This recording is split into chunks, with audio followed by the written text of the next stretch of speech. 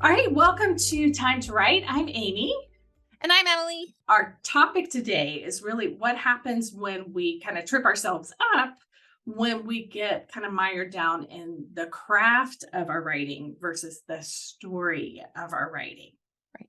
So, Em, why don't And you get us I definitely started? know people, and I have had this experience myself. So, you aspiring writers or well past aspiring writers, if you find yourself continually like rewriting the same pages or going back or worried about, your writing isn't as good as it could be, I subscribe to a newsletter from the writer Sarah Aronson, and we'll put a link in the show notes. She's totally amazing. I highly recommend reading her.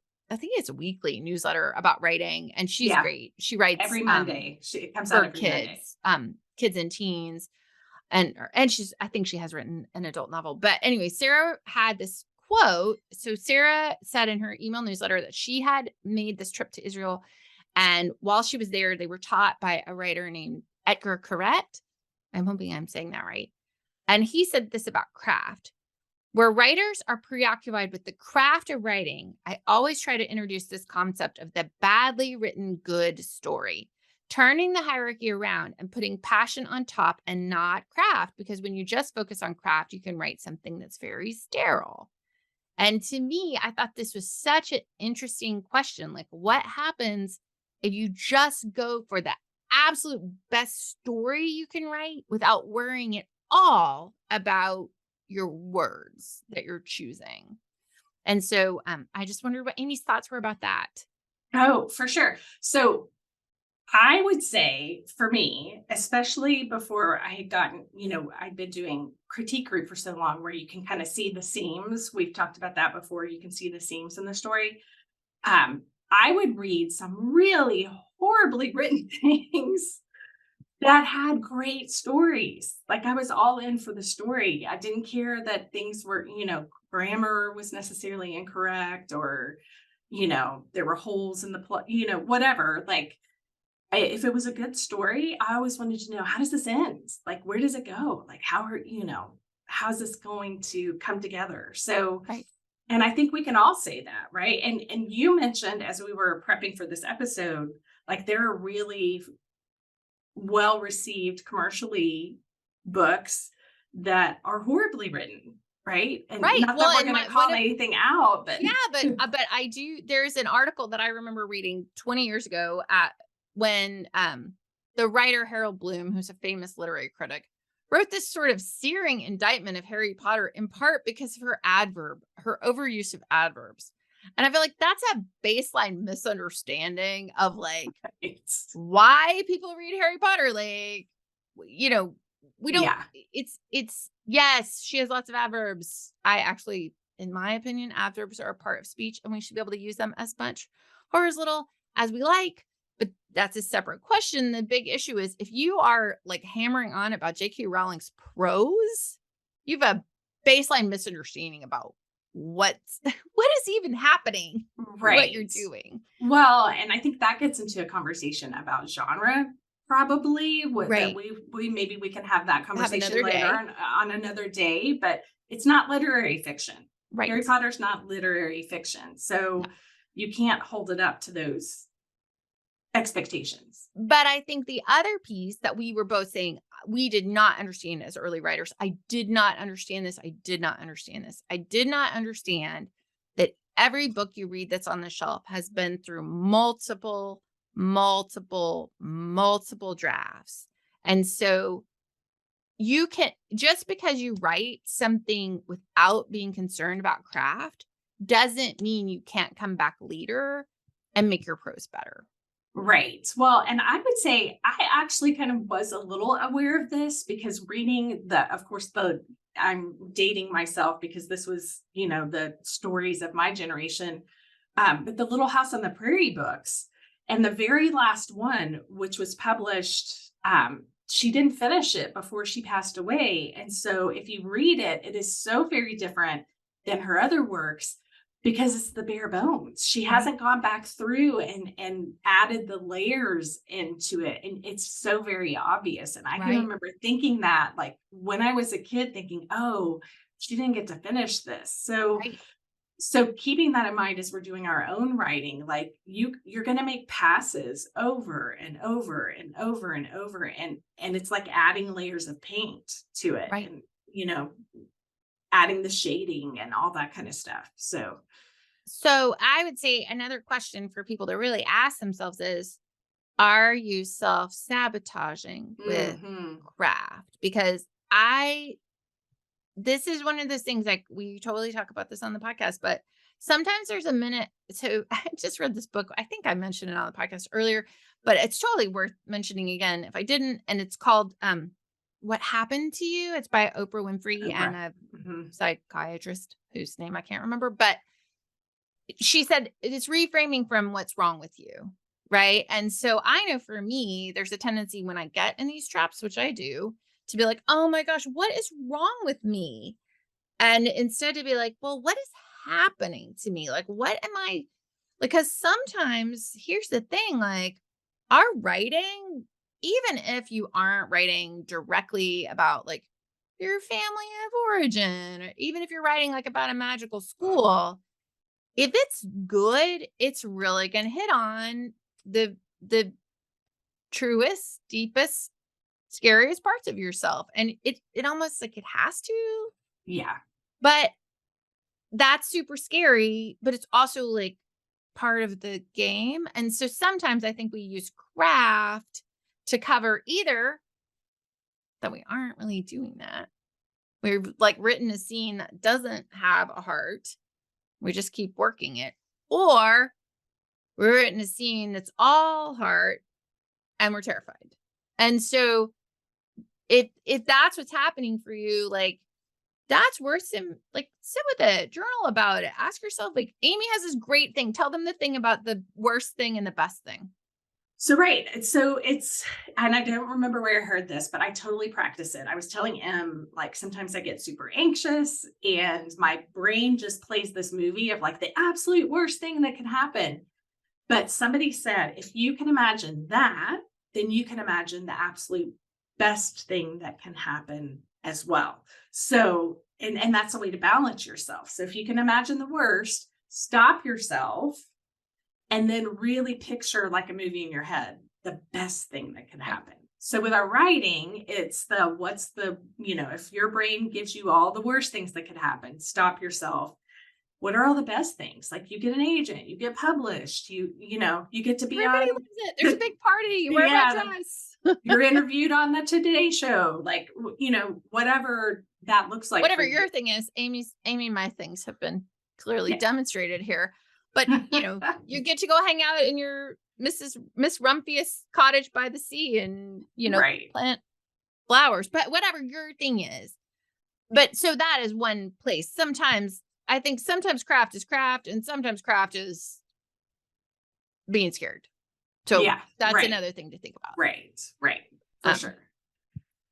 So, and then the other thing I would add to that, and I feel like this is my thing with stories sometimes, is I think what hangs me up is picking a direction to go in the story because I want all the options.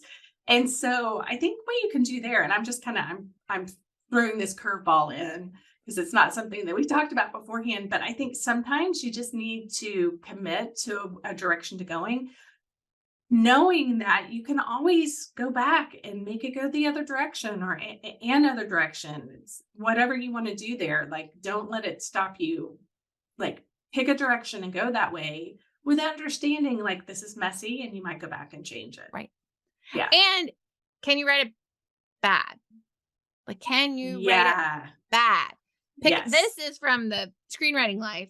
Meg Lefauve on Screenwriting Life talks about like, so her sometimes she would be coaching people and they'd be like, oh, it just feels really sentimental. And she was like, well, no, write it. Like, can you write it the sappiest, like most schmaltzy version of this? And I'm going to say the same thing. Can you write the worst version of this? Because I think you often will find a couple things. The first thing you'll find is there's good stuff in there.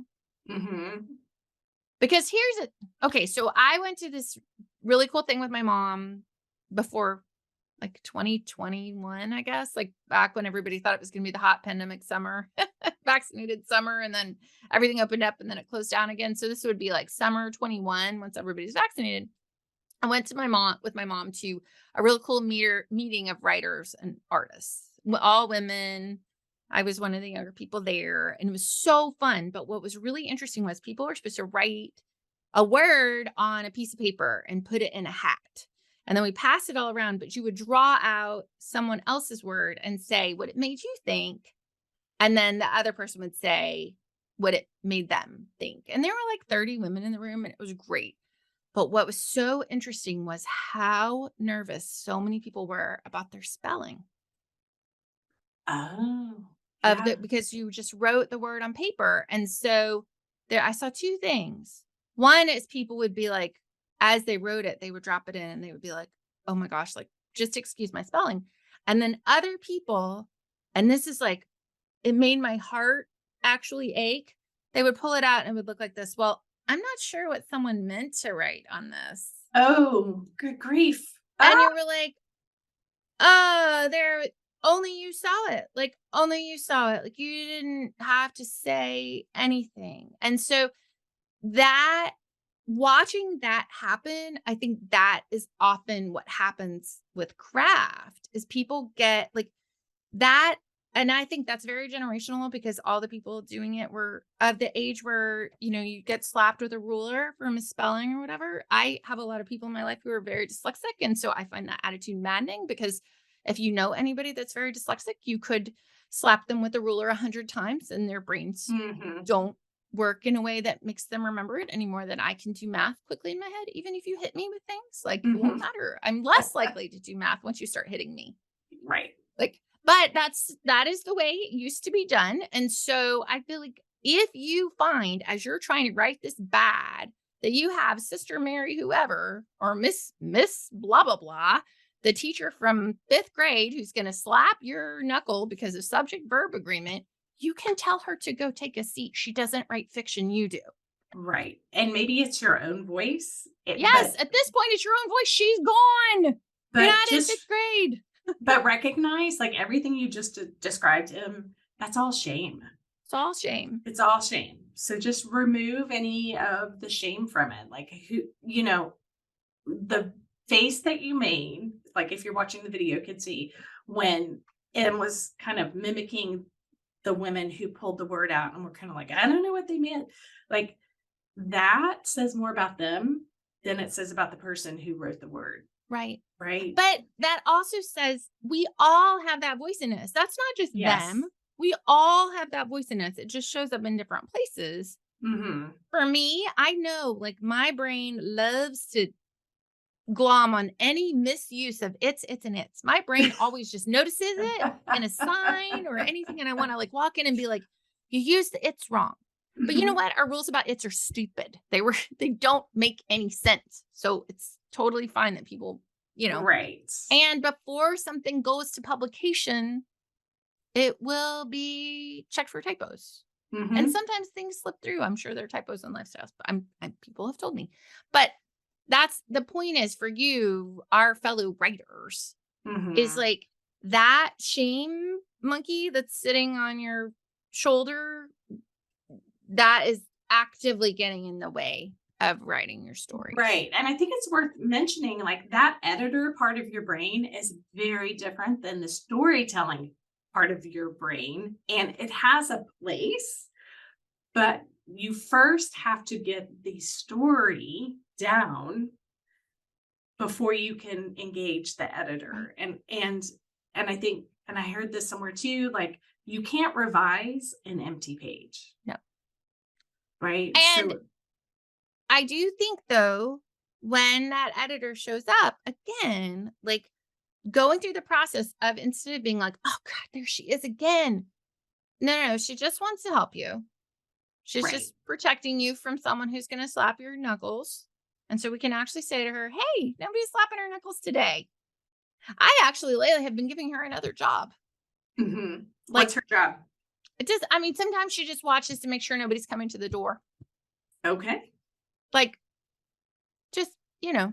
she I just think needs a job. we've talked about this, I think, in a previous episode. I still have mine taking a nap. Yeah. So, No, I have given mine a job. I do need to know if someone's coming to the door. So she can tell me that. Mm-hmm. But she's Mm-hmm. not involved with the writing. And you know what? I actually will need her later when I do need to know whether or not my subjects and verbs agree. Yes. Yeah. I'll go wake her up. Yeah. But But anyway, okay. so we're now getting to our what's our mindset? So I would say it's embracing the messy journey, like just setting aside any tendencies towards perfection in this and understanding that this is the road towards the final product, not the final product. So it's Right. going to be messy and just embracing that and just being as messy as you can. And if you're worried, as I sometimes am, that you're going to die in the middle of your project and you're going to leave it as a big stinking mess. Here's the thing to remember. If you died tomorrow, your family has way more things to worry about Right. than whether or not the thing on your hard drive is messy, and they will edit it before they publish it. So don't worry Okay. about that. I didn't realize we had that same little quirk, my friend. That is one of my big fears. It's like the I driving, know. it's the clean underwear when you're in the car crash thing. But this is not underwear. This is like you're writing. So Yes. Yes. okay, so Exactly. that's okay. For practical, I would love for you to spend 2 seconds thinking about a time when you have been completely swept up in a story that wasn't crafted well. And that could Mhm. be a book. We can all think of a few. I'm not going to name any, but we can think of Mhm. some, all of us, I suspect. Or it can be a song that's Or like right. largely ungrammatical and yet, whoop, there it is. You're, or it can be, I mean, A your Uncle movie or Sam whatever. who tells great stories without any subject verb agreement. Right. Well, and I'm going to say something that probably not everyone is going to agree with, but I'm just going to say it. Like I am a complete Swiftie. Like know every word to every song. Like love her stuff. Love, love, love it. I love her stuff because it's story. Like Mhm. most of her songs are story, or she has a set of songs that are all related. Like there are three songs on one of her albums that are all it's telling like a love triangle story. Now, is she Celine Dion? Is her voice like amazingly pure and angelic or no, I would say no. Like if you look at the quality of her singing, but I still love it. Like she's good enough. Like Mhm. it's her writing. It's Right. her story that she tells that just draws me in. So Bob again, Dylan, yeah, right. And so Leonard Cohen. don't like inundate us with hate mail because we love Taylor Swift. Like I'm not saying that at all, but just objectively looking at the quality of her voice. But it's her stories. Right. And it's not the same. I do like a Taylor Swift. I love a cover, but like I like hers better. Okay. So Okay. next step. What is next? What is So next? I would say we've talked about this before. You talked about taking a yellow notepad and just kind of writing out the story part of things. So I would say take a scene from whatever you're writing and do this. Like take a yellow legal pad and just write out like you're telling the story to someone. You're not writing it for your book, you're telling it to Right. someone just to kind of nail down the story piece of that. And then if that feels good, go to the next scene. Roll on. And Right. I will say, some people, me, a long time ago, less so now, hopefully. I used to actually really struggle with this in conversation. I was bad about I was bad about the rambling story that don't really know what the point is. Your cousin's best friend. And Oh, yeah. so if that's you, also like you can ask yourself before you start writing it, like, what's the takeaway? Like, Right. Right. what's the thing? Why are people staying?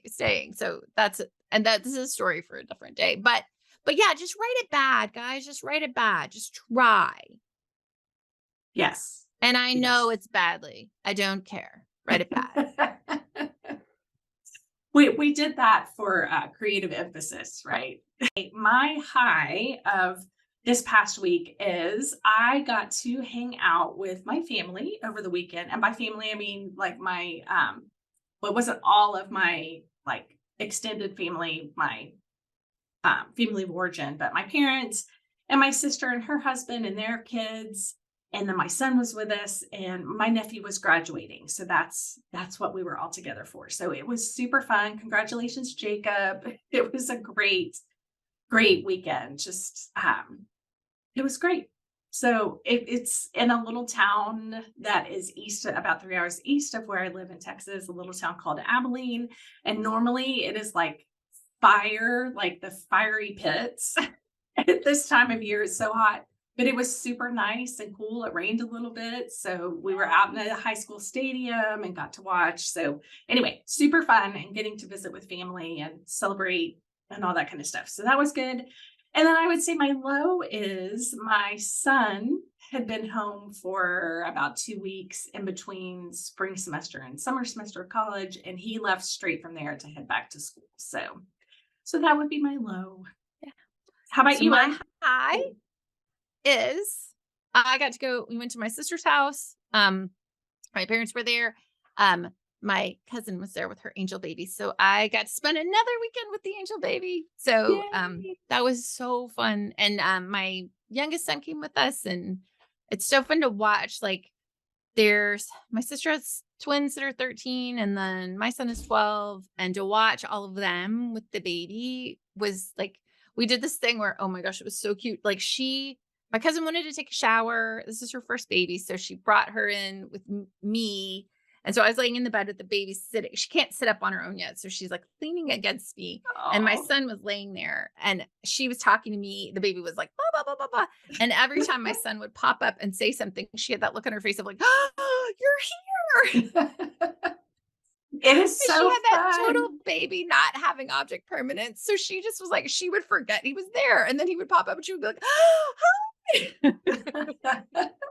Well, isn't it crazy? Babies always love big kids. Yeah. Right? Like Oh, they she are was always like, so fascinated. I Yeah. was just obsessed. So anyway, that was, Oh, I I mean, just love the it. most fun. She's just a total angel. And my low is so I've just been continuing the process of figuring out like what my writing life looks like, and just really trying to piece through, like, there's people may know there's a lot of tumult in the industry. I've been doing a lot of screenwriting. The screenwriters are on strike. There's a ton of just messiness in traditional publishing right now. My agent is so great, but agents are all over the place. People's deals are all over the place. And um, just feeling like it would be really easy to say, you know what, like, I don't want to do this anymore. And the truth is I do. I still do. I'm still the person that, like, this is my thing. Like, it's not a hobby. Like, I've thought a lot about this. Like, my hobbies are much easier than this Mm-hmm. is. Like, my Mm-hmm. hobbies are like knitting and baking, and you knit things and you bake things and you give Yeah. them to people and they're happy. And so Right? just going through this process, which I know we all go through. But the plus side of it is I feel like I spent the weekend with this baby and I didn't write it all. And then I came home and I was like, oh, stories are still tooting away. So Yeah. just keep going. Just keep going, Well, people. and I think I'm just going to circle back to stuff we've talked about before in the podcast. And I can't remember if I've said this on here before. I heard this advice or read it somewhere. If you cannot do it, then you shouldn't do it. Right. Right. And I feel like there are those of us who can't not do it. And Yeah. definitely you are one of those people, my friend. Definitely one of those people. We're So not as, anyway, so yeah. doubling down on, and of course we haven't really talked about it at all, but the AI stuff is like all over the place. And I just feel like I'm a human being. I write from a really specific human being place. I love making words and putting them on a page. I love the actual work of putting words on a page. So just gonna keep doing it. You'll have to Yeah. you get sick of me. All right, Amy Kelly, what book is changing your life Oh, right now? okay. So let's see. I didn't think I'll ahead start. about this. Yeah, you I just read start. the Atlas 6. People, this thing went crazy on Book Talk, and there is a reason. It's by Olivia. I don't know how you're supposed to say it.